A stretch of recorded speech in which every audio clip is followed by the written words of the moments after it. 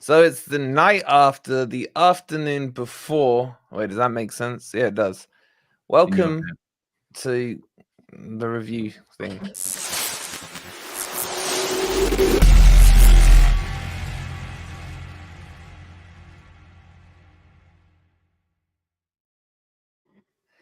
Good evening, everybody. Hope you're doing well, and welcome to Grumpy Old Reds. I think there's a few depressed panel members on there. I feel a little better now, but we're gonna get into it all from the craziness that was the Forest 1-0, Liverpool 1 yesterday.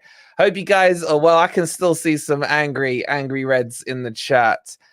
Please don't forget, as always, you know what to do. Get those likes up, subscribe if you are new. And let's get into this. Who wants to kick this off and just let me start off because then Rob can have his monologue. But let me start off with mine. Yesterday was different for me, man. It was a different feeling because like I kind of gave you guys a background of how long I've been supporting Forest. So in my certainly my Forest supporting life, I've never seen us lose at home in a league game. And that was hard to take. The way it happened was really hard to take. But to put into context, or the pretext actually, we should have taken our chances. We should not be having this conversation. If we'd taken our chances and we had the best chances in the game, I believe, I don't think we'd be having this conversation right now. So we will obviously delve into certain matters that happened during the game, which is what people are angry about. We're not angry about the way we played. I think you touched on it, Wolfie. I think that was one of our best performances, mate. I thought we played really well, and we definitely deserved more than a draw. But I would have taken a draw. Yeah, it was a bad feeling, Mohammed. But from my own personal point of view, the only bit of solace I had was obviously the performance. I thought the performance was fantastic, and it put a smile on my brother's face. And after what he's been through over the last few months, mate, I would have taken that sacrifice a million times over. So it's bittersweet. Obviously upset, but not upset for the wrong reasons, which I'm sure some of you other guys are. There's decisions that are happening that are beyond our control. But what is in our control is how we play on the pitch, and we had real guilt-edge chances to put that game away, and I don't think Liverpool would have got back into it. But that's where I am with it. Positive in terms of what we've got coming ahead in terms of fixtures. If we keep playing like that, with still not a fully fit team, still not a number one team, we'll get more results than not. It's just going to turn into one of those finishes like last season where we're going to have to win 6 or 7 in a row. You know, it's going to have to happen, but we've done it before, we can do it again. So I'm going to be positive and say the performance was spot on. Decisions again went against us, and I'll pass it on to whoever wants to take up the baton now. I want to hear what Ant's got to say, because like these is a bit more old school. Is that the polite way of calling you old, Ant? Like, so this, for me, I've never had beef with Liverpool. In fact, if anything, I quite like Liverpool because I hate Man U, and it's anyone but Man U, especially when we're in the Championship. You can eat them both, you can eat them both, I do. Yeah, okay. But no, my point is, your generation, obviously, there was the big European rivalry. It was the rivalry of that time. I mean, was it both ways, Ant? Was it both ways? Well, absolutely. I remember the first time we'd just been promoted, obviously, and we were top of the league and everything. And the first time I heard the cops singing, "Oh, you're watching Nottingham," I thought, "Fucking hell, we're relevant." You know what I mean? So yeah, because in a run of 10 games, they beat us once. We beat them in the league. We knocked them out. We beat them in the League Cup final. We knocked them out of the semi-final of the League Cup the following year. We knocked them out of the European Cup. You know, there was a lot of stuff going off between us. And in those days, you got to remember, violence was a real thing at football grounds. So it wasn't just like it is now. There was the added aspect of people getting their heads kicked in every game that they played each other. So I remember coming back from Anfield when we drew in the European Cup, absolutely petrified. The police weren't interested in helping. You shouldn't have come then, should you? This is what they said, literally, when I said not a bad accent. They were standing out.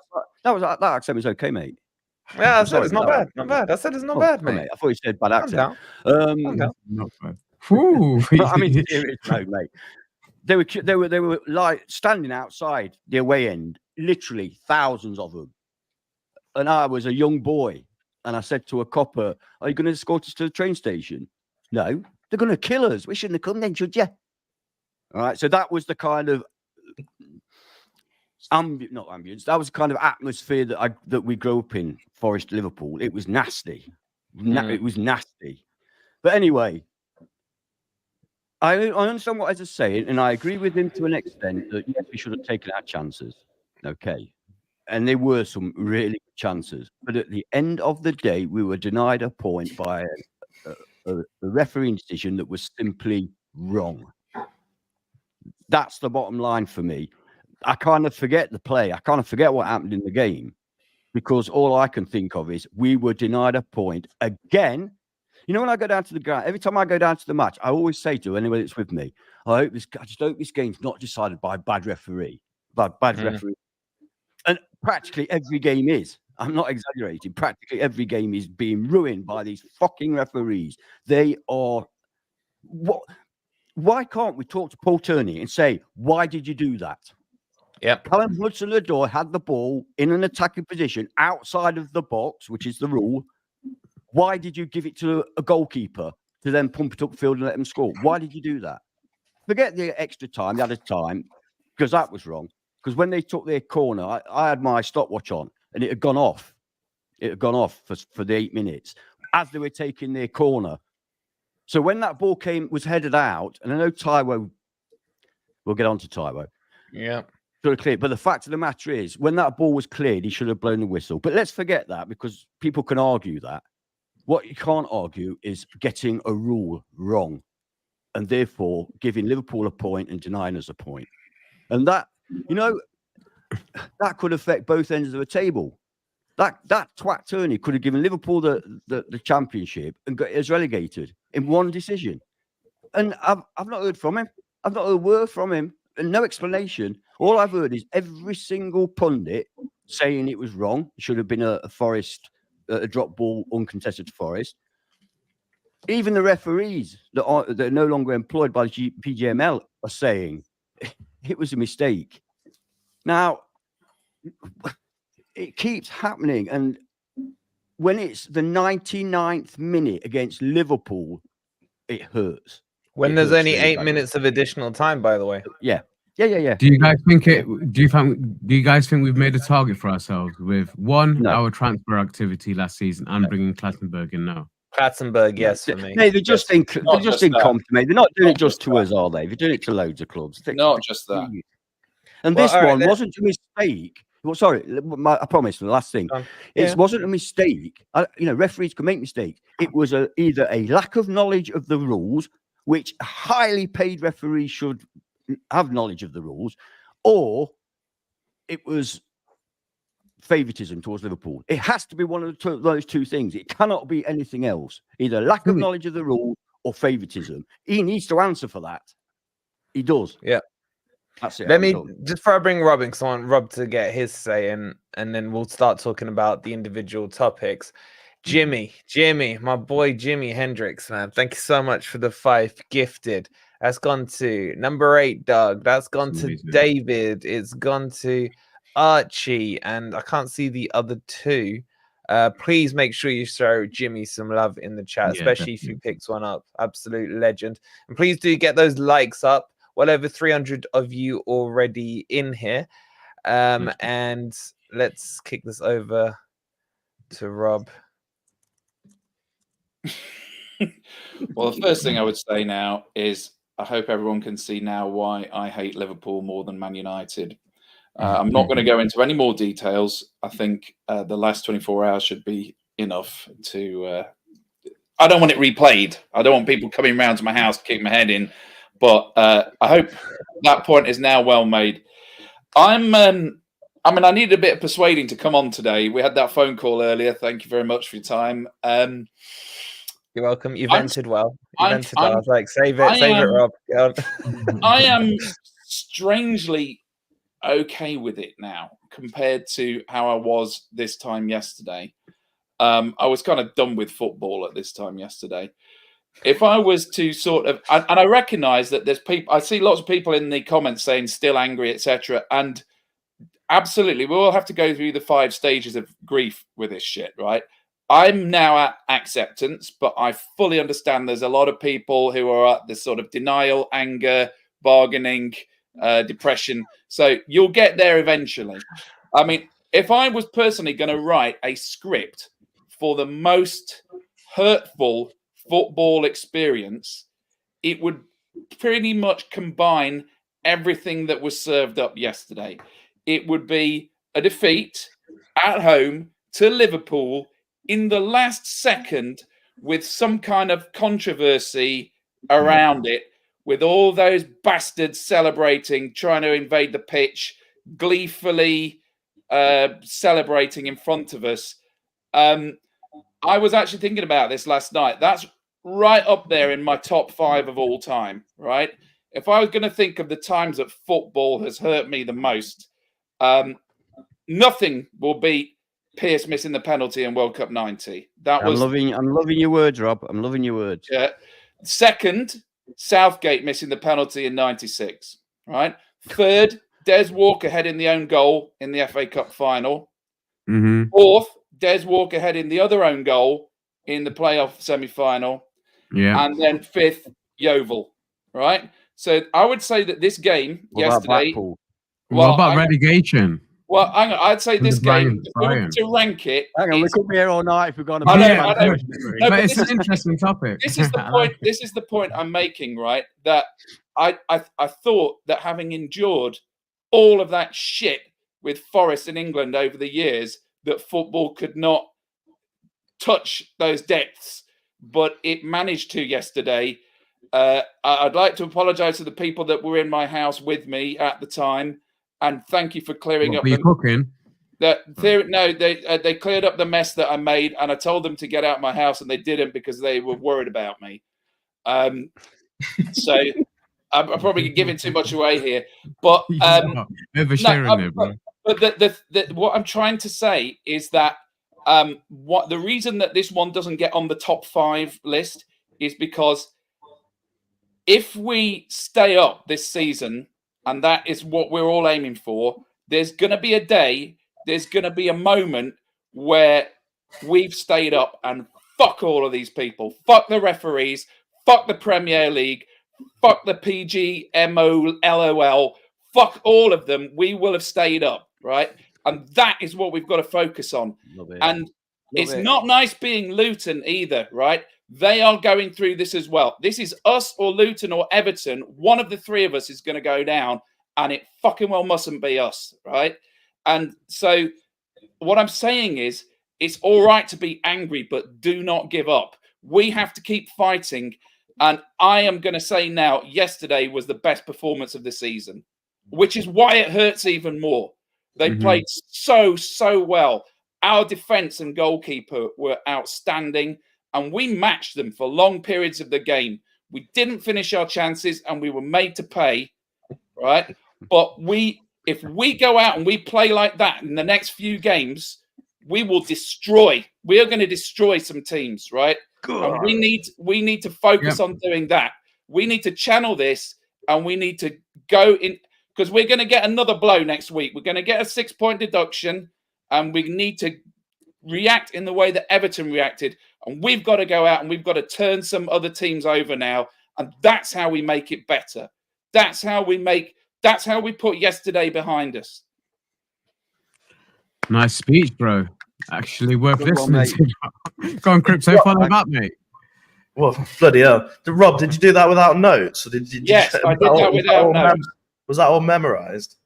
It wasn't even memorized. I made it up as I went along. Rob Roy, wait, did I miss a good speech? He dropped his politician's hat for a second. He did it from the heart.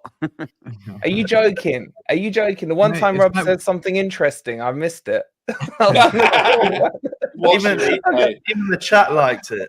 I'm just saying, Rob for manager. Oh my god, I have to watch the stream. It's maybe the first ever stream I've watched back. You also missed it. Was saying all the things I was going to say, but held back because people think I swear too much. I'm liking Rob even more. Yeah, I'll try and follow that. It's going to be a bit of a challenge, but just vote Rob, guys. Remember, vote Rob. vote Rob. We're still trying to get Rob into the council so he can get us a new stand for free. There's so many Robs. No pressure in the chat. Wolfie out. Go on, Crypto. Sorry. Yeah, I mean, my opinions are a bit of what everybody said, really. I agree that I personally think it was the best game of our season. If you can play like that against the top team, against Liverpool, then there's no reason why we should be where we are in the league. I mean, we played brilliant. Everyone put a shift in. Even the people who have been criticised recently, they all played well. It was devastating. I mean, Rob said that his friends saw the brunt of his actions. My TV saw the brunt of my actions. Fortunately, I had a Ferrero Rocher in my hand instead of the remote control when I threw it at the TV. Oh my God, you threw I thought you were going to say so. I didn't throw it. I did throw my remote control. Actually, I did throw it, and other things. Yeah, it was devastating. And what's annoying me today is all the Liverpool fans on Twitter who are posting the side-on view of Yates kicking his foot up high, which has absolutely nothing to do with what happened in reality. If you watch the video back, the ref, purely and simple, either doesn't know the laws of the games or there's some type of corruption going on, because anyone could see that it should have been a drop ball for us. We had that ball. We were on the attack effectively, outside the box, and then all of a sudden it's a goal kick. So it's despicable, really. I'm sure we'll talk about it after, but there is the argument that we should be clearing our lines as well. Yeah. So despite what happened, why Taiwo is not clearing the line while he's trying to fumble the ball on the edge of our penalty box on the 99th minute, I don't know. So, you know, that ball should have just been booted out, and that would have been it, and we would have drawn the game.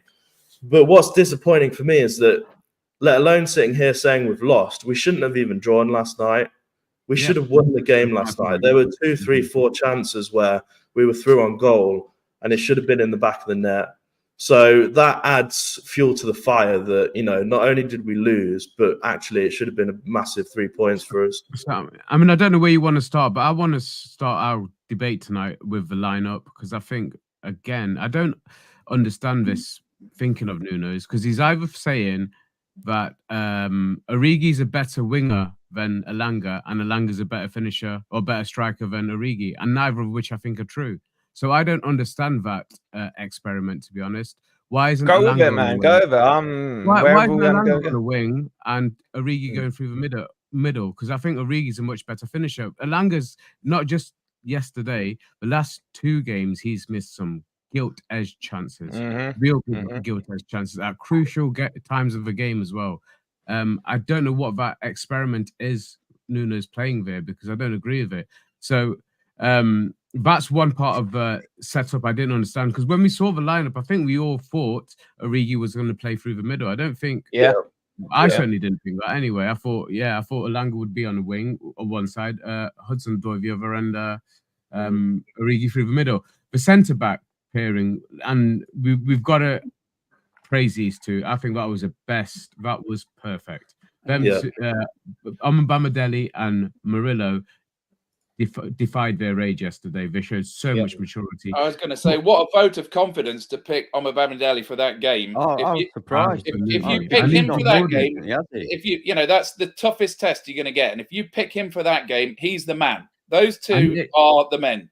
And it shows so much character from Omobamidele as well. After his mistake against Villa, to come back and put in that performance yesterday against Liverpool. And even the heading, even the defensive headers were good.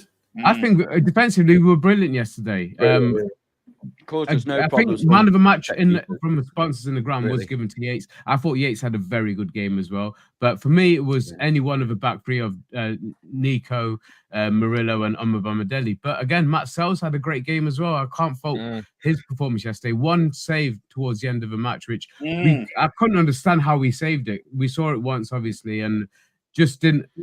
we thought that was a definite goal. It was hit so well as well. The one off the back of Marilla's head. Is that the one? Yeah, You're the talking one. about? That was a miraculous save. And his distribution yesterday as well, fantastic. And he came out as well, didn't he? A few times. He came out. He From corners. Yeah, he was grabbing a couple. Yeah. Yeah, absolutely. Yes, he did. He collected balls from crosses and corners. So really dominated his area. Really great performance from all. I can't say anybody had a bad game yesterday, apart from not taking our chances. And that Elanga for me, bro. Elanga. That's why I don't understand that. Taiwo, I don't think was too. I just don't understand why Taiwo didn't take that shot when he was in the penalty area. Bro, He's not a natural finisher. He's not a natural. I don't know what he was waiting for. Just he doesn't do anything. He spends all his time looking at the floor, looking where the ball is, trying to control it, and then by the time he tries to control it, it's too late. Yeah, my point is there was a lot of positivity, but that lineup, I didn't understand why he played them in that way. So if somebody can try and explain that to me, because like I said, can I put a guess out there? And it is only a guess because we don't know. And you can poo-poo it if you like, but maybe in training, Elanga smashes the ball in from all angles, and Origi doesn't. It could be something. I can understand from a pace element. Obviously, Elanga's faster than Origi, but have you just heard what I just said though? In training, Elanga might be smashing them in from all angles, and Origi might be missing left, right, and centre. So if you're the manager, that's what you have to go on in training. Yeah. That's all you can go in, and that I'm not saying it is, but that's the only reason I can think of it, that Elanga is ace in training at scoring. And something that's not working on the pitch. You're saying that Elanga misses. Origi's doesn't score. No, but I think scoring. Yeah, but he's got against Bristol, mate. He scored against Bristol. Well, Elanga's got how many? Elanga's on 6 goals, isn't he? Yeah, so come on. He is, but cutting in from the wing, not playing through the middle. I think to answer Ez's question, because I agree with what Ez is saying, but then I'm going to contradict it. It didn't work, but it could have worked, would be my best explanation, because I think the thinking behind it was Liverpool are going to play a high line. Who's the quickest person we got on the pitch? Elanga. Now, the problem is, and this would be a black mark against Nuno, but I'm sure he's done it. Cooper tried that tactic throughout the season, putting Elanga as the false 9, for want of a better phrase, and it didn't work. Elanga needs to come off the wing. But we weren't playing the same style of football then, so I know, but I'm still talking about the personnel. The personnel, he's not a middle of the park player for me. Yeah. He needs to be. Yeah, but you got to have somebody who's got to chill on the ball. One of the greatest footballers this country's ever seen was clean through on goal today, and he didn't score. Yeah, as soon as I saw Phil Foden go through, absolutely clear, with just the goalkeeper, and the goalkeeper stuck his leg out and saved it, my first thought was, oh, it's not just Elanga then. Yeah, no, but Elanga's was easier. Elanga's was easier. How many times as Elanga this season? I guarantee I'd have scored that one that Foden had. I guarantee it. That was my bread and butter. That one. And Foden, I like it. How many times this season has Elanga taken someone on one-on-one down the wing? He does it nearly every game, and he always beats them. And then it comes to the crucial point where he doesn't even need to. He doesn't need to do anything fancy. He just needs to push the ball to the right or the left and go around the keeper, and he misses it up. The keeper's already going down to make the save. Just go around them. There's nothing fancy involved. I mean, he would have been. I do believe he would have been offside, and not 50 million quid. There's a reason, No, I know, but this is why I'm saying it might have been offside, but he didn't know that. He should have scored. No, I know he didn't know that. But he should have put that on target as well. Yeah, but typically for us, he would have scored that, and then would have been offside anyway. The point is, he's not a good finisher. He's missed too much. He's got no chill on the ball, man. He's got no chill. IQ, bro. IQ. He hasn't got the football IQ. Yeah, he hasn't got that footballing brain. And it just really frustrates me because we deserved, like Crypto said, a point would have been harsh. We deserved more than that out of yesterday's game, and I think if sooner we'd got that goal, the harder it would have been for Liverpool. Because I think we could have got a couple the way we were going on. Rob, but we need that confidence. We do need that confidence of something just going in. And I said it when we were talking to the Coppish guys. Just nothing's going for us. The 50-50s, the rub of the green. It's just not going our way. I mean, we do sound like we're moaning and miserable about it, but it's affecting. It's costing us points. But the positivity is a performance and the games we've got coming up, and we've got no more excuses. We've got no more time left. And there's a thing. I'll just quickly finish off on this. I said when we were talking about Nuno coming in, the problem for me even then was it might be too late. We might be in too deep for him to be able to make enough of an effect. He will make an effect, and he already has had an effect. But 7 or 8 games, I think, too late. Maybe it's going to be a tough one. It's going to go down to the wire, and I didn't want that, but it's going to go down to the wire this season, no doubt. Rob, you wanted to say something? Yeah, can I just say some things about Elanga? So let's just go through Elanga's story. Firstly, can we remember that he's 21 years old? Yeah. And, you know, you weren't too convinced about the signing at the start of the season, were you? And then he really won our admiration and respect in the first half of the season, right? And we had that discussion, was he better than Johnson, etc.? Would you take Jono back or would you have Elanga? And I think we were all tending towards Elanga. 6 goals in the first half of the season, heading for double figures.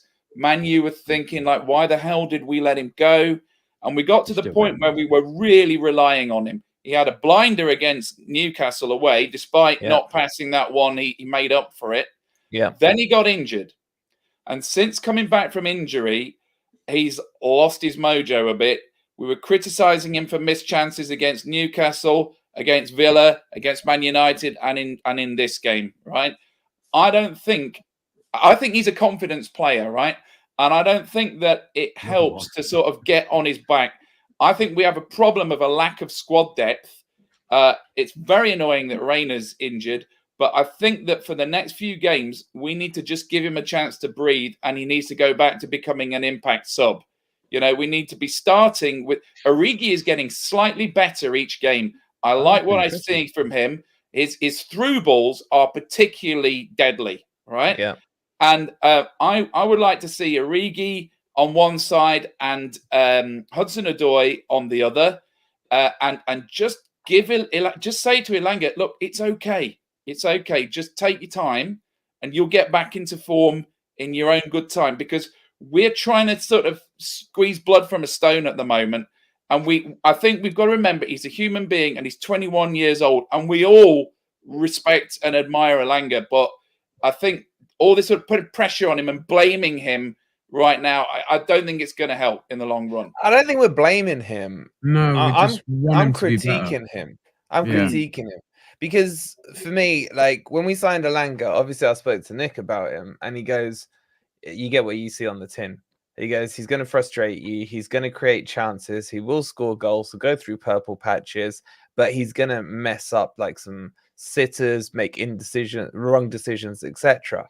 And to be fair to Nick, it's been true to his word on that. I agree with Rob. He's still very young. To put that weight on a 21-year-old is too much for me. But I do think that he should be used. Could you imagine him coming on in the 70th minute against a tiring defense when he's fully fresh? You know, it's a point Rob made about football in brain as well, because what he highlighted is actually Origi is the one who is showing his maturity. And he didn't have that when he was younger. And it does come with age, and it does come with experience, and it does come with being in these situations. You know, there's a couple of situations now where Origi's kind of been at fault for us conceding goals.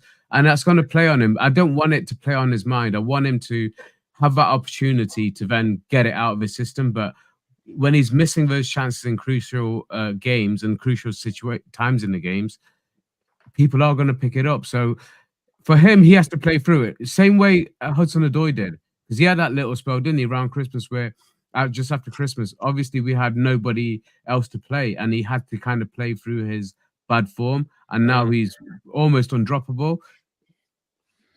He's going to have to do the same thing. He's going to have to do exactly the same. Go on, man. What we've got to hope is that he hasn't a little purple patch in these last 10 games or so.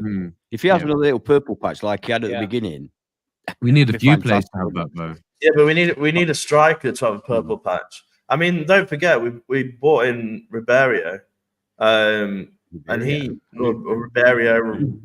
Again, doesn't seem like a central striker. Rodrigo, go with his first name, Crypto. It's easier. Him and Reyna have they basically had no chance throughout the whole season since they joined. They've had a few minutes here and there, but Taiwo for me. Don't base your hopes on players that haven't played for us yet, mate. Don't do it. Yeah, and he only joined in No, January. but we keep putting Taiwo on, but Taiwo's not in form. Yeah, He's but not crypto on not that point, right? Because I've criticized Cooper when he hasn't used like Santos or Bade, etc. Is this one slightly different? Because when everyone would probably agree over the last month, maybe not the last 2 games, that our front 4 have been scoring goals and creating chances. So does it make sense that a newbie would struggle to dethrone someone from their position because of the form of those 4? Ignore the last 2 games, but I'm talking like over the last month or so, where they have been quite free flowing. We have been scoring goals. So West Ham, Bournemouth, etc. Do you get that argument? Does that make sense? Do you think people always want to see the shiny new toys, don't they? That's the thing. I get the argument, but to start with a false 9 is unnecessary, I think. Like I said, put Origi there, that would have been fine for me. But all of a sudden, to make Elanga go through the middle in a different position, we've seen time and time again for different players around the pitch, MGW, Sangare, Niakate at left back, play them out of position, and it just doesn't work. And we've seen it time and time and time again. Yeah, but Origi's not a goal scorer anyway, so I don't know why you assume No, he but I just think he is. Elanga is a pure winger. Origi's more of a 9 than Elanga is. Yeah. I actually liked Origi yesterday. I thought he played really well. I thought he played well. I got to say, I was impressed with the applause and the chanting of his name he got off the Liverpool fans when he came off. And that was pretty unanimous in the Liverpool end. Yeah, they love him. But before we go on, because I don't want to forget, I had a really good conversation with a viewer at half-time Saturday. Tricky Mickey. So if you're in, mate, nice to see you. Oh, is he there? He's always in the chat, yeah. Tricky Mickey, I haven't seen him in the chat for a while, but yeah, he's a good lad. No, good bloke. Good bloke. Really good chat it was. In fact, we nearly missed the second half. I wish we had, but go on.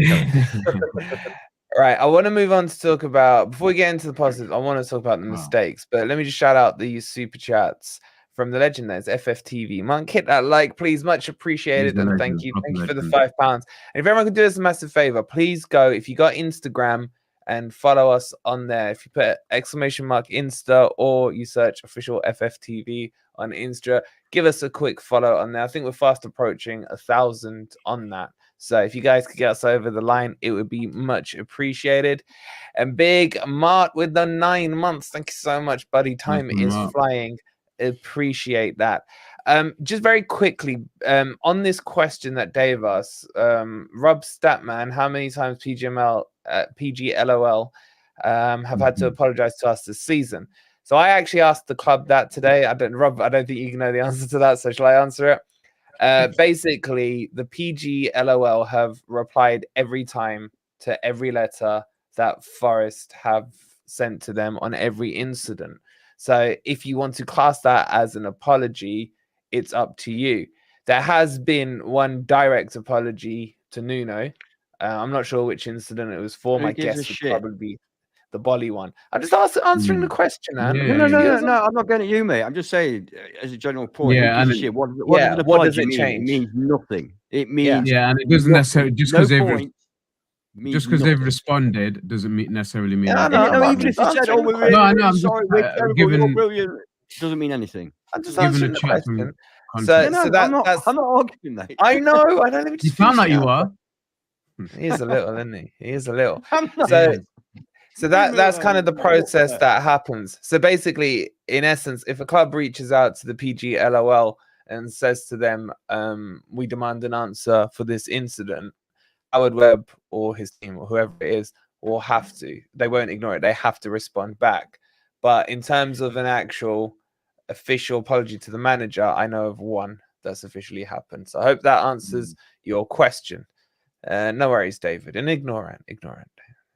No, I'm not saying it wasn't a valid question. I'm just saying. I know. Your point is, what does it matter? How many of the we're not getting any points? I know. So Can I just say something about the like? If we've had 10, they all mean fuck all. Exactly. Can I just get some likes up as well, guys? Because there's about 450 of you in. I want us to get to. Let me give you a target. Let me give you a target, so it makes it easier, and I'll give you enough time to get to it. Let's get to 300 by the end of this stream. Oh, that's a big ask for these lazy gits. Yeah, in the but chat, he's man. not a lazy man. Just use that half a calorie and press that button. It's not going to cost you. Good anything, exercise. It's good exercise. Man. Okay, while you like hitting the like, I want to move on just to talk about the final negative for me. Was the goal itself. And sorry, Rob, I know it's going to pain you to talk it through, but it's really, if you want to make it more general, it's up to you if you want to be specific about it.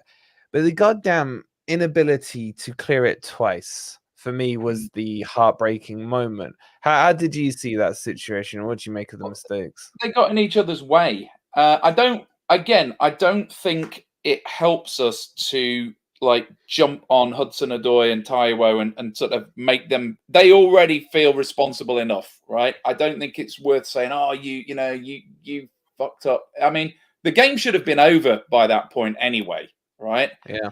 But I mean, yeah, it comes to their feet, and I was literally screaming at the TV, get rid, and then no, I don't believe it, right?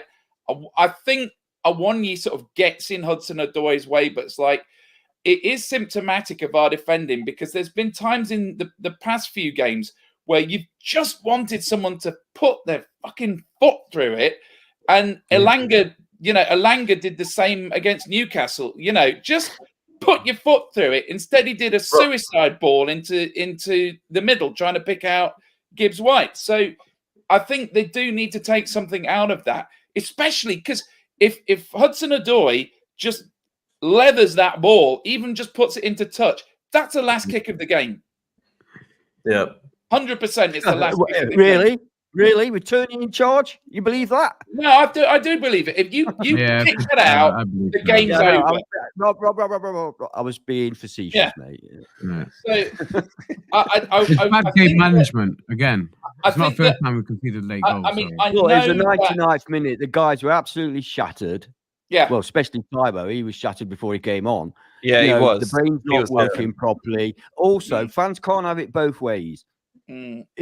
If one of our defenders oofed the ball up the pitch, the fans would go, not in that situation. I agree 100% in that situation. Oof it.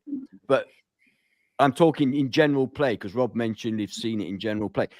If our players were oofing, remember when Turner used to keep oofing it out of the pitch? People used to go mad. Well, that was safe. You know what I mean? So fans don't want oof ball anymore. Players are under pressure to try and play not at the end, out. Dan. At the end. Not in that context, Dan. No, I 100% agree with that. 100% he should have oofed it with all his might, over the stand. Agree with that. I'm talking generally speaking. If defenders start oofing it, they'd be hounded out. Yeah. No, we're not talking generally, though. We're talking in that situation. No, Rob did say he's seen it a few times in general play. That's why I brought it up.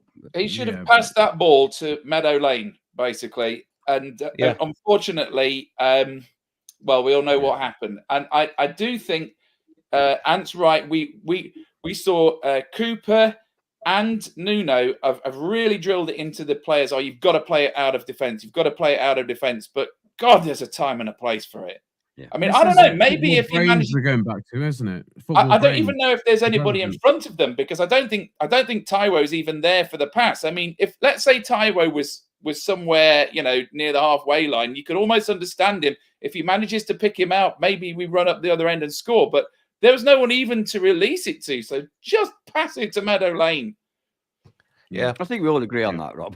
Yeah. I don't think that's what Crypto, just on Taiwo. Bringing it back to mind. Can we move on and talk about tennis or something? I know, man. We gotta do it. We're contractually obliged. Yeah. Crypto, just on Taiwo, like Ant touched on it. He didn't look fit when he came on. And it's about, he played 90 minutes against Man U midweek. Like, what's going on with him? Is it a fitness thing, or is it now a time to start questioning the ability side of it? Has he had enough time to be fit? And chat, what are you feeling on Taiwo? Just before you answer, sorry, I forgot there was a poll on there. Who's better, Elanga or Jono? 61% of you have said Elanga, 39% said Jono. Right. So anyway, I'll close that now. Yeah, go on, Crypto, on Taiwo. What are your thoughts? Yeah, I don't. He doesn't look match fit to me. I mean, he didn't look match fit against United. he almost looked to me like not in a bad way, but he looked a bit ill, like he was pouring with sweat after 20 minutes in the United match. He just doesn't look match fit at all. The one thing that's really annoying me is ball control. Yes.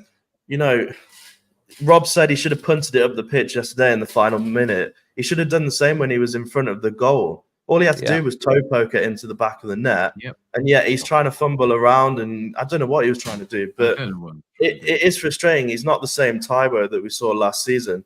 Now, whether this is down to his injury or not, I have zero idea on that, but he doesn't look fit to me. Some people would argue, how do you get fit? You play matches to become match fit. But so, Krypton, what's Nuno's thinking then? With playing him for 90 minutes. So Nuno said, didn't he, before? I can't remember. Because he took him off at half time against Villa, didn't he? Yeah. There was also matches where he said it's pre-planned. So he's going to come off at this time, regardless of whether he scores no goals or a hat-trick. He's coming off. So clearly there is some issues with his match fitness. But I don't know. It's frustrating because we know he's got potential. We know he was on course to be the next Erling Haaland. I mean, Taiwo would have finished that chance today that Haaland put over the net, but it's like he's fallen off. It's like he's fallen off out of nowhere, off grade. Yeah, I mean, I understand. I agree. I think it's sharpness, isn't it? It's not match fitness. I think it's match sharpness because he's taking too long to make it. When he's at his best, he doesn't take too long to think about it, and it's quite instinctive. That's why he does shin a lot of his shots and goals, but that's not there. But I don't want to criticize the boss too much, but there's a couple of decisions, like I said, over the last few games that I'm disagreeing with him on, and I know we can talk in with the benefit of hindsight, but what was the thinking behind? Was Nuno prioritizing the FA Cup game over this game by giving him 90 minutes in midweek? I think Taking it's him the off opposite. at half time against Villa. It sounds like it does. Does that sit right with any of you? I think that he played him for the full 90 in a bid to get him fit for Try and get him Premier League. fit. That's why. But then he didn't even start, so it failed. What I want to know is why did he bring Origi off yesterday, who looked good, and put Taiwo on for Origi? I would have taken Elanga off and put Taiwo on. I don't think he was brave enough to do that. I think that was the right decision. That would have been the right decision, but I don't think he was brave enough. I didn't agree with that decision. Yeah. In fact, I was a bit disappointed Origi went off, to be honest. So do we need to listen? We if we do criticize, we could try to criticize with some constructive criticism. But is it time? I think we can't be accused of anything but being Nuno backers. But every human, has their mistakes and stuff. And as you said, as we're looking at it with hindsight, should we, or could this is football? This is how we roll here. You're absolutely right, because we could have played Origi and Elanga the other way around and been awful. We don't know that would. We don't know. It's all hypothetical. But one thing we've got to consider for the next game as well is I think Chris Wood is pretty much recovered from his injury. Before we talk about Chris Wood, brother, I just want to get Ant and Rob's take on Taiwo. And what are you thinking with him? Is it a fitness issue? Because the only thing I will add to it is his touches. Even when he's fully match fit, I've always called out those touches, man. Yeah. It's why the other night I got a certain amount of backlash to saying if we got a £50 million offer, I'd take it. I got quite a few people. I think Rob was one of them. Quite a few people calling me insane and stuff. If you said Felipe, 50 million is looking pretty good at the minute. That's also because you said Felipe should never wear the shirt again. Taiwo is obviously not fit. Look, I love Taiwo. We all love Taiwo. Yeah. But we've got to be honest. We say what we see. Is it fitness or sharpness, though, Ant? Is it fitness or sharpness? Because he's obviously fit enough to get on the field and. Listen, he's never been sharp. Not in a controlled way. Not in a. It just sounded that way. Yeah, do you know who he reminds me of?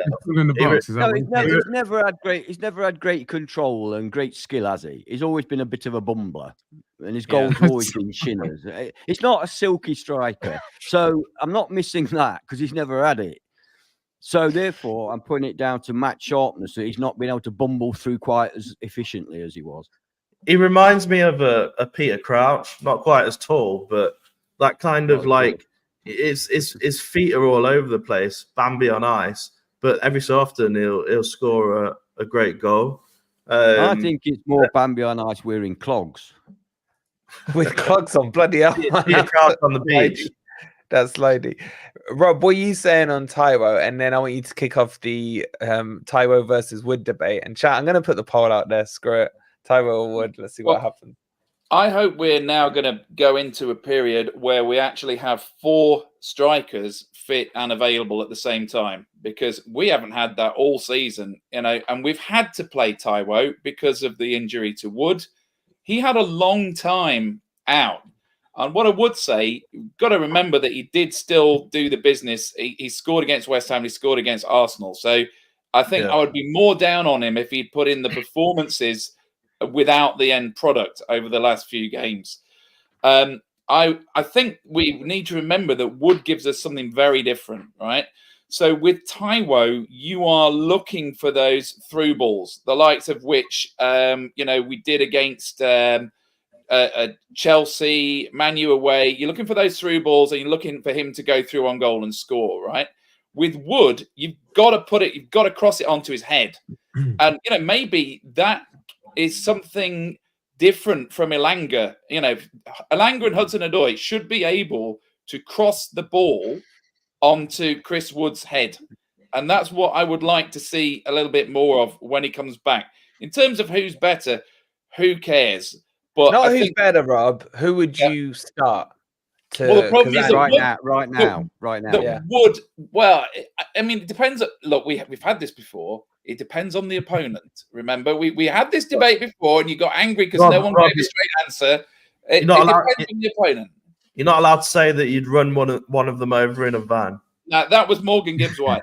So I have been the most vocal advocate of Chris Wood. I am very much looking forward to him coming back. And I think, again, with Taiwo, it's the same as Elanga. He's come back from injury. There's a lot of expectation on him. It's a lack of squad depth. We need to, we shouldn't be putting this amount of pressure on Taiwo. And I'm not down on Taiwo. The man's had an injury. I am a bit worried that he's lost a yard of pace, and I just don't know how he gets that back. He's not 35. He ought to be able to recover. But, let's hope that we see all 4 strikers fit and available, and then you pick based on the opponent and on the system that you want to play. But I think maybe this is, like I say, this is how we get the best out of Elanga. You say, look, Elanga, you put in some great crosses to Chris Wood at various points in this season. Like there was one against Luton, just absolute bread and butter for, onto Chris Wood's head. It gives you something different, right? Because we've been playing a lot of through balls, and we've had a lot of 1v1s in the last few games, and we just haven't put them away. So I'm actually looking for the different tactical options that Wood coming back gives us. Okay, well, we know what our fixtures are. At this level, you've got to be more clinical. That's what separates us from some of the other teams. Yeah. I was saying we're not creating the chances. I was saying to Wolverine yesterday, if we, I don't think we will, but let's say we did get relegated, we would be up there with one of the best teams in terms of playing who go down, because we're playing good football. If we can take Liverpool to the 99th minute without conceding, without looking like conceding, then we're playing decent football. But we don't have a clinical. That's a good segue. I've got to say something here. I'm sorry, but can we get away from this? If we could take Liverpool to a night start, that wasn't Liverpool yesterday. That was Liverpool's youth team and reserves. Let's be absolutely honest. No, it wasn't, man. No. There was no Szoboszlai. Alexander. Come on, guys. These are 3 potentially world-class players that were missing. There are Liverpool fans that would prefer to play Bradley ahead of Trent Arnold right now. That young lad was one of their best players. Right back, maybe, but not as a footballer. Never. Trent is magnificent. And they brought on Nunez. They brought on Szoboszlai. They brought on Endo. When did they bring him on? 60th minute or so. Yeah. It's later than that. And we didn't respond to Whatever. it. Nuno didn't respond to it. He didn't respond. My point is Just that finish your point, you get Crypto, the and then we point, can move don't on. you? It wasn't the strongest Liverpool side by a long, Okay, long It way. wasn't Okay, our well- strongest team, man. We didn't have Sangare. No. Mm. The point I'm trying to make is when people say, like Crypto's just said, we took Liverpool to the 99th minute. No, we took that We team did. to the 99th minute. Well, That's yeah, not the normal it's- Liverpool They are it's team. Liverpool. semantics. It's semantics. You know, Sam. it's not Anyway, semantics, is it? It is. It is. Do you think All that's right, so? it doesn't matter. Okay, Anyway, let do him you know how finish many his But let's point. not get into that. Let's No, not get into that. Okay. It's just season. sidetrack. All right, Sidetrack. let's. But do you know how many? Do you know how many? How many goals and assists he's had this season? Fucking loads. Over 20. Who did you Who's say? that? Salah, Mo Salah. Right? Okay. And you're Yeah, saying yeah, there's yeah. no difference. He's not there. No, we're not Sabozia saying has that. been rated We're not one saying of the that. best My centre midfielders this season, and he doesn't. We rate had it. him. Let me get Ez's point, but my answer back to you, Ant, on that is when Taiwo was out, even the club came out and said the reason we're doing crap is because Taiwo's not in, and that's why they give Cooper more time. So it's when players are out, they always look better than they are. But anyway, let's park it. No Finish your Salah, point. Really? Finish your point, Ben, and then let's move on to the next topic. my point is in the simplest form is that we're playing good football and we don't deserve to be at the bottom of the table. We're better than And that. that's where I want to go on from. Are Forest in a false position? We hear this Yes. term quite often. And yeah. we're Because of talking the about refs, easy because of answer the to refs an and what's easy happened question, throughout the season. No, not really. Apart from the decisions. Yeah, but Not the from the decision. football. it's not our gameplay, is it? And it's not the way we're playing. It's not amount of goals we're scoring. Obviously, it's Yeah. decisions going against us that are costing us. Don't And forget mistakes as that we're well. making. Don't forget as well, Matt Turner. Take Matt Turner out and put him in with Sells for the first half of the season, and we'd be 6-9 Absolutely. points above where we are. Yeah. Half the teams in the league would like to be playing as well as we are at the moment, and Mhm. we're not getting a rub of a green, like I've said before as well. Those 50-50s aren't going our way. Yeah. VAR decisions, referee decisions aren't going our way, but we can't cry about it. We just got to get on with it because there's no other way. I did say in the last pod though, didn't I? You know, we keep saying we're good. We keep saying we're good. We keep saying we're good, but the points don't suggest that we are. We're fourth from bottom. You know, That's why we need to be something. more clinical. That's why we need to be more clinical. That's Something- the stats on something's the not right. eye test again, isn't it? Stats on the eye test. It's Yeah. eye test. Yesterday we played brilliantly. The stats say we got nothing out of the game. Yeah, One point you Yeah. did just make is when they did bring on Slobbersly, or however you say his name. Why? You know, if I was Nuno, I would have brought on people at the same time because they're Yes. bringing on fresh legs. You're bringing Yeah. on Nunez, who you know is one of their better players, and you've suddenly got two fresh legs, probably two of their best players in the team, and you're We not. lost the midfield battle. We lost the midfield battle When they soon after came that. on, yes, I agree. Yeah. Yeah, that's when Sangare should have come on, or Danilo, whoever you wanted it to be. They should come on earlier. I'm not saying Yates or Dominguez had a bad game. I thought they're both great. I thought everyone did well, but you still want to have fresh legs there. That's why Wani I didn't pray play. that Dominguez is not badly injured. 'cause Yeah, I thought he was brilliant again yesterday. Again. Oh Yeah. God, he And looked in a if bad way. Sangare can come in and do his stuff, freeing up Mm. Dominguez a little bit more and having less work to do. Yeah, It's I that think that's 15-minute spell we seem to have just after halftime, which again we came out fantastically after halftime. He does say the right thing clearly in that break, and he's got them. He starts, but I'd like to see him start some games like that, with that tempo, because once the tempo is high, once the tempo is low, it's very hard to build it up and get it high. If you start off with a high tempo, you tend to be able to manage the game a lot better. Maybe it is down to fitness. Certainly it is with Dominguez. There's no doubt about it. Part of me thinks No, it's not fitness, is it, Ez? It's a fact he works so bloody hard and doing two men's job. absolutely. So he's burning out quicker. It's not He's lack burning of out fitness. quicker. It's just burning. No, I mean he's out. burning out quicker because of his. Yeah. but that's why you need to tempo put is fresh high. legs on to match the opponent. But also, I think Well, I was Sangare could take hoping some it of was that off him, slightly shouldn't he, time when he wasting gets from in, him. hopefully. Okay, but a part of me was hoping it was a bit of time wasting from him as well. I hope it's not a serious injury because I've not ever seen that before. They said after Ez, they said, well, Nuno kind of said he doesn't think it's serious, but they need to double check. Yeah, because I've never seen He's been a coaching staff revelation, or hasn't he? whoever come on and lift the player off the pitch like that before. So that was kind of strange. Yeah, but, because who tried to take him off first? Was it Yates? And then the two medical staff came on Yeah, to then medical take him staff off and ended up assist coming on, him. didn't they? It looked like really bad at that It stage. did look bad, yeah. Yeah. Let's move on to some positives. Before we do, we're 6 likes away from 200, guys. There's just under 500 of you in here. Get those likes up. Come on, no messing Come around. on, Make keep sure you're going, guys. subscribed. Half a Rob, calorie. let's talk about. Well, I'll give you each one player. I'll give you the pick of the 11. But who was standout for you yesterday? Ooh. Well, I get to go first. I'd say Omar Bamidele, actually. He showed he's got it at that level, and that is the highest level. I'm really, really pleased for him that, after not even being on the bench for half of this season, we're thinking, like, what did we spend 15 million on? He's really exceeded expectations. I think he just seems, with the exception of the ball he gave away against Villa, and you're allowed one mistake, right? He seems really calm, and I like that because that makes me calm. Murillo is calm as well, and I like to see. I mean, look, I love Niakate, right? But he's got a little bit of panic in him, and he's got passion. He's got very long throws, but he's just got a little bit of panic in him. And Omar Bamidele doesn't have that. He's a cool customer, and that's our central defensive partnership because, we spent most of the season or the first half of the season playing a 5-back because we didn't think that our defenders were good enough quality for us to be able to play a 4-back. Yeah. But that central defensive partnership with cells behind, it's strong enough to actually play a 4-back against the toughest of opponents. So that would be my standout. But there were a lot of good performances. So let me just ask you on the back of that, Rob. Obviously, so with our next 3 games, we've got a week between each game, so there's no midweek fixtures in the next few. Would you? Is that your sense about Pirin now?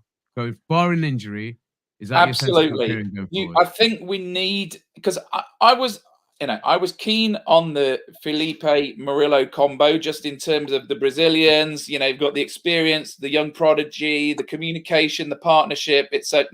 Omar Bamidele right now, form-wise, is the better defender.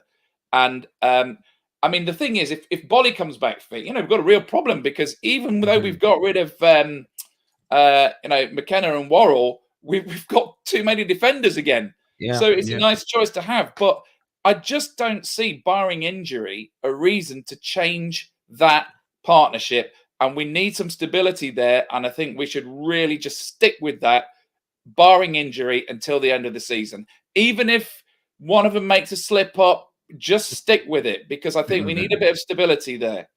I think after yesterday's performance, I've got to agree with you 100%. I've spoken about horses for courses for certain games, but he was dominant in the air as well yesterday, on Bamidele especially.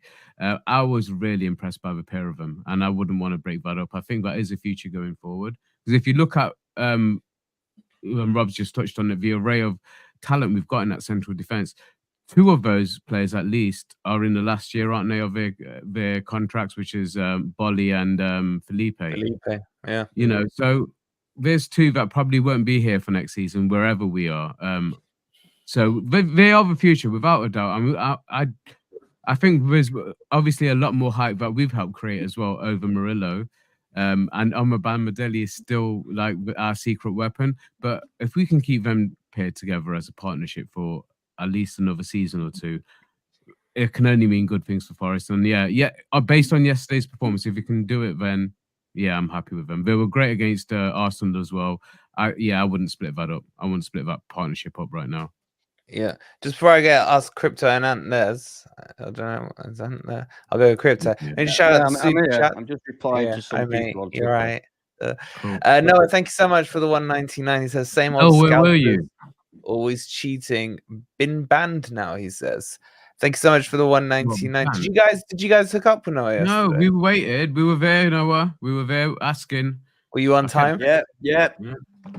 I thought, is he standing around us or being really shy and not coming over or what? I don't know. Or maybe he just saw you and realized how ugly you both really are in the flesh and just walked away. Noah, where were you, Noah? That may be the reason you don't go to matches. Me and Ez don't have any such fears, do we, Ez? Oh, and who did we see again? I'm going to post And on who did we Twitter see later a again? picture of Ez in disguise. And who did we see again? And what did you call him? Montiel again. Although, And what did you call him? he came right, literally 4 foot in front of us. I'm like, all right, Gustavo. And he ignored me. I went, Mr. Montiel. No He wonder he turned didn't around and respond went to you. like that. And then I said to him, his name's not Gustavo, is it? No wonder he- No, it's not. Gonzalo, isn't it? You can make me forget. Gonzalo, Yeah. Gustavo. And, It's fine, you it's know, a name, innit? and you know, Gustavo in Argentinian means you absolute bellend. So you just insulted him. Unfortunately for you, there's no such language as Argentinian, so that calls a bit flat. Chris with the £2. Thank you so much, buddy. Just naive. They tried to counter for the win, in my opinion. Yeah. Let's not dwell on that one. All right, let me ask Ant then. And who else stood out to you? I'm assuming you agree that the two centre backs stood out, but I think there was a few other performances you can pick from. To be honest, I was actually literally thinking about this at the game because I thought I sat there and I thought I can't really pick out an outstanding performer. I think everybody played well. I don't think anybody played brilliantly, and nobody played. I'm sorry, but Taiwo played terribly. He did. He was awful. I love Taiwo. Don't get on to me, guys. I hope he gets fit and back to what he was. But right now, he's not good. He's not good. So, yeah. But apart from that, there wasn't much of a muchness. Dominguez, I thought, again, incredible energy whilst he, until it runs out all over the shop. Yates, please continue to play this way because it's giving away less fouls. It's being less naive and running straight into the back of people, which is no good. He's doing more jockeying. He looks a better player. I said it before. Continue, carry on. You'll get your flowers. Elanga, not great. Origi, he's kind of growing on me. I was absolutely dead against it. I'm not expecting to score goals though. Let me point that out. I'm not expecting to score goals. But everyone get a bet on Origi to get a hat trick at Brighton. No? Hey, if it works, mate, we'll do it every week. But he's got a lot of skill. It's got for a big man. I know it's a cliche, but for a big man, he's really skillful. It's hard to get off and he the looks ball. dangerous. Push off. Huh? So your man in the match is basically the whole team. No, except Taiwo. Well, Except I'll go with Taiwo. Dominguez. I'll go with Dominguez. I go with Dominguez. I was so impressed with the guy again. Dominguez. But it could have been others. It could have been others. No controversy here. This is interesting from Noah. Thank you for the $4.99, buddy. I was at the fan zone and couldn't find you guys. I'm banned for the Palace game because I was standing up and damaged my seat. Oh, bro. Right, 2 questions. And Noah, we weren't, one is a statement. We weren't in the fan zone. So if you went in the fan zone, you wouldn't have seen us. We were outside the fan zone. Number 2, we do always say that, but people don't always listen, do they? But if you were in the upper West Bridgeford, it was interesting to see because this is what they do. They always stand up as well up there. And I know we were talking about it, I think after the last stream, we were talking about it, but it's one of my favorite places to go. But yeah, nobody sits down there. And when the stewards come up to tell you to sit down, they sing the "Stand Up If You Hate Derby" song, and everybody stands up. So who the stewards gonna get? But I did notice the stewards dragging. I was right opposite in the far end, bottom lower Trent end. But I did notice them picking out 1 or 2 and dragging them out. So if you was up there, I probably saw you being dragged out, mate, because I did see notice at least you didn't have to watch us lose. Well, probably a good thing. But yeah, just answer those statements. Being able to go to the Palace match, there are other ways, mate. Yeah, box. Throw a tash out. 1865. Thank you for the £2. Sells was solid. I thought Sells was really good yesterday. Yeah, really good. Even his distribution was fantastic. Thank you so much for the £2, bud. And Jan, the legend Jan, with the 27. Go on, ask that prick. And what was that? A Swedish krona, that is. Thank you. Just to annoy us. Appreciate it, Jan. You're an absolute legend. Thank you so much. Crypto, who stood out to you? Well, I mean, I would have said Murillo because I thought Murillo was absolutely brilliant yesterday. And if the ball had fallen to him at the end of the match, you can guarantee it would have been cleared into the Trent. But because they've already said it, I am going to say Sells. I thought Sells was really good yesterday. It's good to finally have a solid goalkeeper there. It's he's the perfect keeper. You don't worry about him. He doesn't light up the world, but he makes saves when you want him to make saves. I thought his distribution was actually really good as well. But it's day and night between Matt Turner. It's you can see it with the defense as well. You can see that they've got that kind of confidence in him that they don't have with. You can see it in the fans, can't you, Crypto? You can the see fans it in everything. He's a solid keeper. And I think when we signed him, there's a few people who were slightly worried because of what was being said on Twitter and stuff. But he's shown that he's a fine keeper for what we need. And yesterday was probably one of his best performances. Yeah. Okay, I want to touch on this. I haven't spoken to the guys. Can I about give mine? I want to. I thought you did. Can I give mine? You stole mine. I didn't say anyone. But I do want to actually. No, I didn't. Right, I want to call out actually two slightly unsung heroes at the moment because I think it was the sponsors in the stadium. They gave me it and to Rob.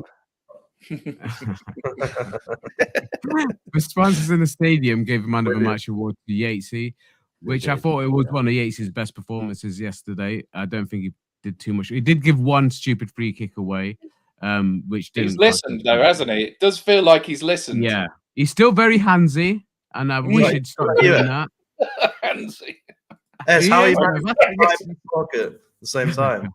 I'm trolling. I'm trolling myself. But the other one was Nico Williams. I thought Nico had a fantastic game yesterday. I thought he defended well. He attacked well. His crossing was pretty decent for the most part. We're just not getting the bodies in the box. But another one that, again, somebody's mentioned it before, but I think he's one of the most improved players under Nuno, and he's just got better and better. I think Nuno's trusting him now as well. I think it might be hard for Montiel to get back in, to be honest. But yeah, I've got those two that I wanted to call out as others that I thought played really well yesterday. Carry on with the show, Wolfie. Sorry. No worries. Joe with the £2 from one Baldy to another. How's Dino? Come on, you Reds. He's very well. He's got a lot on his plate and everything. Still a top guy. We love Dino. Hope everything's well with him. Thank you so much. Joe. Okay, I'm gonna give you my player of the match, and this is gonna segue into this topic. Marinakis. Loved it. I don't know how did you feel about Marinakis going onto the pitch and everything? I just love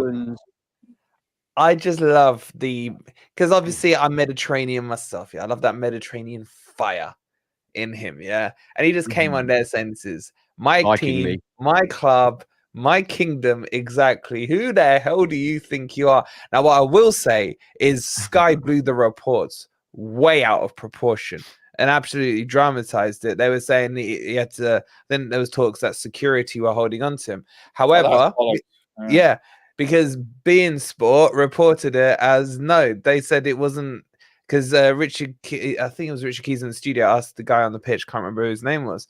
And he goes, was it getting aggressive? He goes, aggressive would be too strong a word. He was heated. He was emotional, but it never got aggressive. So it's weird how certain agendas get reported sometimes. But how do you guys feel about Marinakis going onto that pitch and making his demands and seeing as he got the T-shirt?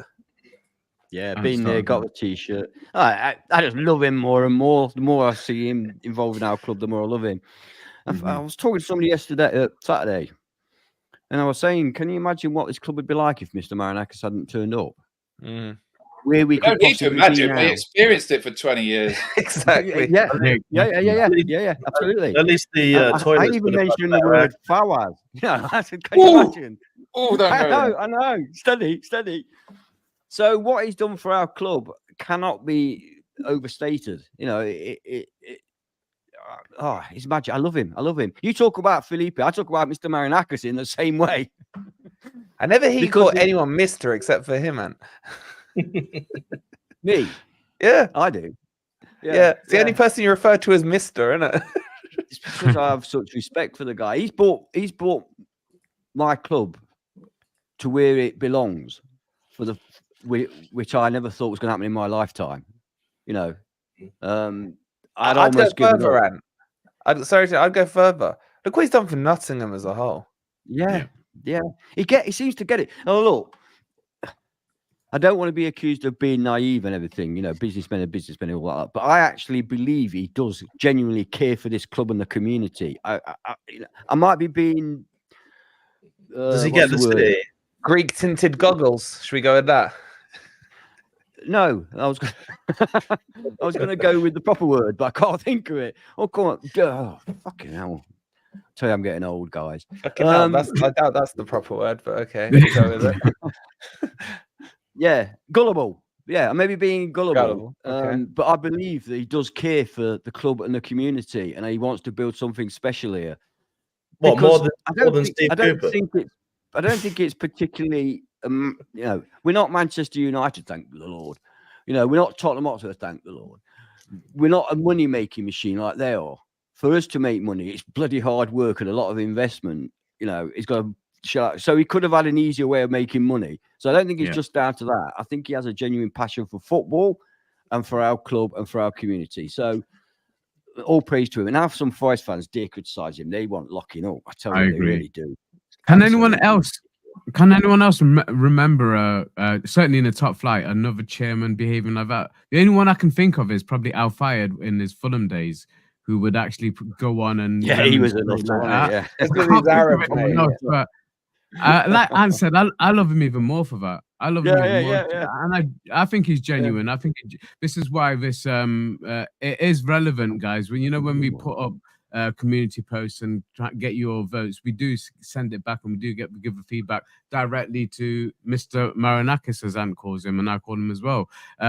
So it is important that we get your votes, because I genuinely think he understands the club, he understands the fan base, and he will go with your decision on the most part, because I think he realizes that this isn't just going to be a money-making scheme, like Ant says. This is a passion. This is a community club, and it always has been, and I hope it always will be that way. And that's why, I don't know who said it, but I kind of do agree with this. Let the top six piss off and have their Super League, and let the rest of us enjoy football, because this is what's going out of football now, with the corruption. And they could take the fucking referees with them.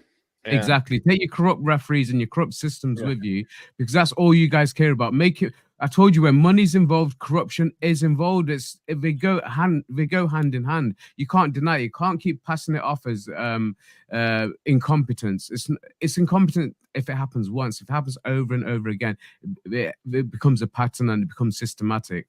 So we might be crying that foul play against us at the moment, and I'm sure there's other clubs. Wolves had a spell this season. They've had some dodgy decisions against, but they've gone through it, and we've got to get through it as well. Like I say, my only regret is that it's taken this long for Marinakis to make this decision and get, I believe, the right man in to the job and give him the chance to get us out of this mess. But we will get out of this mess. Ideally, like I say, ideally we do it without having to rely on others. But there is an element of we're going to have to rely on others dropping points, and we've got to make our games count. But there's a lot to look forward to this season, mate. But Mr. Marinakis, he's got Forest in the blood. He really cares about this club, and I'm proud to have him as our owner. Absolutely proud to have him as our owner, mate. Oh, man. I've got a fun question coming next for Rob, and we'll wrap it up for this one because I've got work to do still. Noah, thank you for the $4.99, buddy. I was where the ambulance park. I was where the ambulance park is, having a cigarette, and this guy came up to me and dragged me out because I told him to F off whilst everyone else was sat down. Having a cigarette. Gangster. Did he say having a cigarette? Yeah, little gangster. Man. Yeah, it could be something to do with that, you know. You did say you broke the seat as well. How did you manage to do that? Even Crypto hasn't broken the seat yet, have you, mate? I was filling me whiskey all over the shop.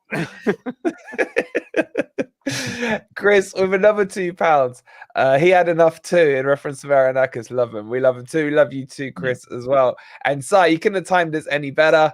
Thank you so much for the £2. Cheers, Rob, what did you make of Clattenburg speaking post-match? Can I answer the Marinakis question first, by the way, because you did. Yes, you can. Because I'm going to toilet. You answer. I'll be right back. Right. Oh, great. And then, So you and really then take it into Clattenburg. You're going to miss another speech, mate. I'm telling couldn't you. hold it in any longer. Yeah, So- don't do another good speech. I don't want to miss another one. Now, I think what I would like to add to the Marinakis debate is I think that the other teams in the Premier League, particularly the Big Six, have an agenda against him. I think they really don't like this newcomer who seems to have ambition and almost bottomless wealth. And I think that might explain some of the shit luck we're getting with referees and with the PSR and the rest of it. And, you know, you may think, well, why are they running scared of Forest when we're in 16th position? But let's not forget that in the last 12 months, we have beaten Arsenal, Man United, Chelsea, and Liverpool. They don't like that. And they don't want yet another difficult to beat club. They want Forest and the other clubs at the bottom of the table to be feeder clubs. They don't want the likes of Newcastle or Forest getting ambitions. And that's why they've constructed this fucking set of rules which is designed to stop us having financial fair play. I mean, they had to change the name because it clearly wasn't that, right? Mhm. So I do think that although I'm a massive fan of Marinakis, I think that you should definitely see that there is an anti-Marinakis agenda. And you get all these smear stories about him being a crook and corruption, and it's all bullshit. But people like to amplify this kind of stuff. My only fear is that he gets cold feet and gives up on us. I don't think he will. I think he's got incredible ambition, and I think he doesn't fuck about. And if we are even 10% as successful as his shipping company, I would settle for that, right? Now, in terms of Clattenburg... Wait. Sorry to interrupt wait. you. I just want to add one quick point to that. All those rumors over the last month where they were coming out saying Marinakis, Saudi selling and all this stuff. I can categorically tell you that Marinakis is not interested in selling Forest. And that's legit from the horse's mouth, right? Yeah, So, and if you didn't know that before, I think seeing him yesterday on Saturday after the game would show you how invested in this club he is, not just financially invested. Did he really put his foot through the TV? Is the question. Yeah, I clearly. think that's I think true, so, yeah. To be fair, so did itself. most people yesterday. Yeah, no, he did It's that his against TV. He can Newcastle, do what he though. likes with it. We should give a special shout out as well to Stephen Reed, you know, for giving it to the ref post match, and Felipe. I think it's good that someone kind of relayed what all the fans were thinking. You need to catch up with Reedy Crypto. We need shout to out to Reedy and I think Harrison said get him on the show. I think it was Harrison. I'm not sure who it was, but get him on. Go knock on the door upstairs. Marinakis had on the ceiling, gets attention. Yeah. Oh, really? Marinakis had every right yesterday to go on the pitch and say what he said. At the end of the day, it's his club, and the refs are screwing us over week in, week out. And Mark Clattenburg is doing nothing about it apart from offering his opinions. So, you know, the thing is, they say all publicity is good publicity. If he does something like that, it's talked about, and that's what we need. Because until people talk about what's happening, it's not going to change, is it? Yeah. I've just got to say, right, you lot in the chat crack me up. I remember when Rob first came on and the Cooper in, Cooper out debate, deluded, happy, clapper this. Right now, I think if you're up for election, Rob, you'd probably win it. Coming on here now, effing and jeffing and real man of the people now, Rob. Look, I had to be polite for the first few appearances, right? Now we've seen the true colours. The mask is off. We thought we were getting somebody with a bit of class on, didn't we? Yeah. No, it's very simple. I just hate all other football clubs. So, that's reasonable. That's Rob. I've never seen so much love for Rob in the chat, man. Maybe this is where you went wrong in your election speech. You should have just told everyone to fuck off, and you probably would have won. Well, no, that's why I'm not allowed to stand anymore. But we won't go into that. No, Okay. you did say Clattenburg, right? Okay, so yeah, but just before we do that, sorry, just one Yeah. quick super chat from Noah in the ever continuing saga of his day on Saturday. Thank you for the 199. I just don't care what I do. I support my club, he says. Just stay I safe. got visions of him with a little cigar, little bottle in the other hand. Noah, shout out to Noah. Okay, let's touch on Clattenburg. We got 10 minutes left. Yeah, Matt. touch on it. right. So Touch on Matt. I think the jury is still out. We've all had our debate about this, about whether Clattenburg is the solution. I think we all know there's a problem. We just don't agree on whether Clattenburg is the solution. Yeah. You can look at yesterday in two different ways. You can say, well, what good did he do yesterday? We got fucked over again. Or you could say yesterday, more than anything, underlines the need for a Clattenburg. So, the jury's still out. I'm not trying to particularly win this argument. I think that it was useful having him come in, like Judge Judy or whatever, and come in and say, right, this was clearly wrong. The rules are, because, they said to Nuno, why have you got Clattenburg? And it was, just to explain the rules to us, because, it seems to us like we're getting screwed every week, but, maybe we're wrong. We need There's not much point us knowing the rules if the fucking ref doesn't know them, is there? No, but I mean, you saw for the Man U game, for example, he was sat next to Howard Webb, right? It is not. Look, Marinakis knows what he's doing, right? And it's not a bad idea if he maybe tries to buy some influence within the sort of refereeing community. Fine, I don't see what the harm is. Now the question is Clattenburg the solution to the refereeing problem? Maybe not, but we all agree that the problem exists. So they're trying something. Let's see over the next. What is it changing? What's changing? Yeah. Well, let's see over the remaining games of the season whether it makes a difference. Certainly, look, we've had Liverpool and Man U, the two most favoured teams in the last two games, right? So maybe we'll get better luck. We've got Burnley away, last game of the season. Maybe things are going to level up. We get a penalty in that game and it keeps us up, right? So don't make a judgment based on Liverpool and Man U, the two most favoured, corrupt teams in the Premier League. It's a real shame that VAR can't be used for proper purposes. Like, imagine yesterday if VAR was able to say to Tierney, you've made a mistake, go back and replay that. That's what VAR should be used for, to actually be useful. If he's got a rule wrong. If he's made a genuine mistake, then saying to his ear, it shouldn't be a drop ball for them, it's a drop ball for Callum Hudson-Odoi. That's what VAR should be used for, to make the game better, not worse. There's also an appeal system in cricket, if I remember right. You're allowed to challenge a certain number of decisions per game. Spoke about that for years, and it's not going to come in. And I don't want to make it any more complicated than it already is. I don't want it in. I've got the solution for it. Boys, I was thinking about this literally while I was having my dinner. What do you think of this solution? Each team gets 2 challenges, okay?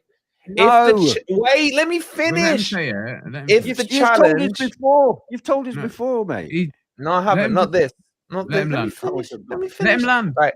If the challenge is unsuccessful, you lose a substitute window, or whatever the terminology is now. If it's fine and you were right to appeal it, then you just lose 1 challenge. You only get 2. It's not like you keep the challenge, you lose it. And that's it. That would solve all problems. Nuno could have chucked in the yellow flag. It solve any problem. It's a shocking idea. Why? Shocking idea. Why? Because all it do will increase the incompetence more than it is already. It doesn't matter whether you appeal it or not, because they still get the decisions wrong.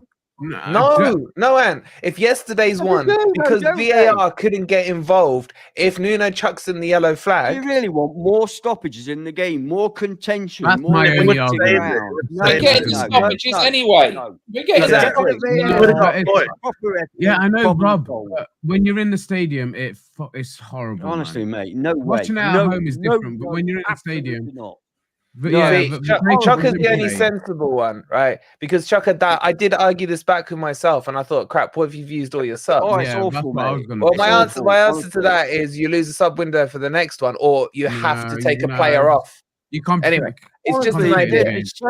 there'd be so many because An idea. a lot of them they'd be right, but it stopped the game, and they'd have to go and look at it, and they'd have It's to make a stopping the decision game on already, whether it was yeah. correct The or problem not. we've got is the number of things that we've learned that VAR is not allowed to intervene in. Yeah, right? that's not- It's like the body it's not sending off. Yeah. Like the body More sending the off, client right? being, the fucking better it is. I wish they'd piss off. No, but I the don't want thing to is, intervene in anything. after I every was goal, very, there's a very- delay. Hang on, Rob. I was No, very, one at a very time. pro. I was very, very pro VAR when it came in because I thought I've seen so many bad decisions over the years. My God, I've seen worse now. Get rid. You know, when you're in the ground, you can't Disagree. even celebrate. I'm not exaggerating. You go, yeah. Oh, hold on. Wait a minute. I'm going to check it. Yeah, okay. Yeah. It's fucking horrible. Horrible. And that's Get my it argument out. with VAR. How has it gotten worse? Never mind adding Yeah. How more. has it gotten worse? It doesn't help the Scrap game, it. though, does So it? scrap it or do what we've just suggested. It's the same thing with the Bolly situation. VAR should be there to turn that over, but no, because it's a second Yeah. yellow, you can't do it. That doesn't help the game. It doesn't help the game.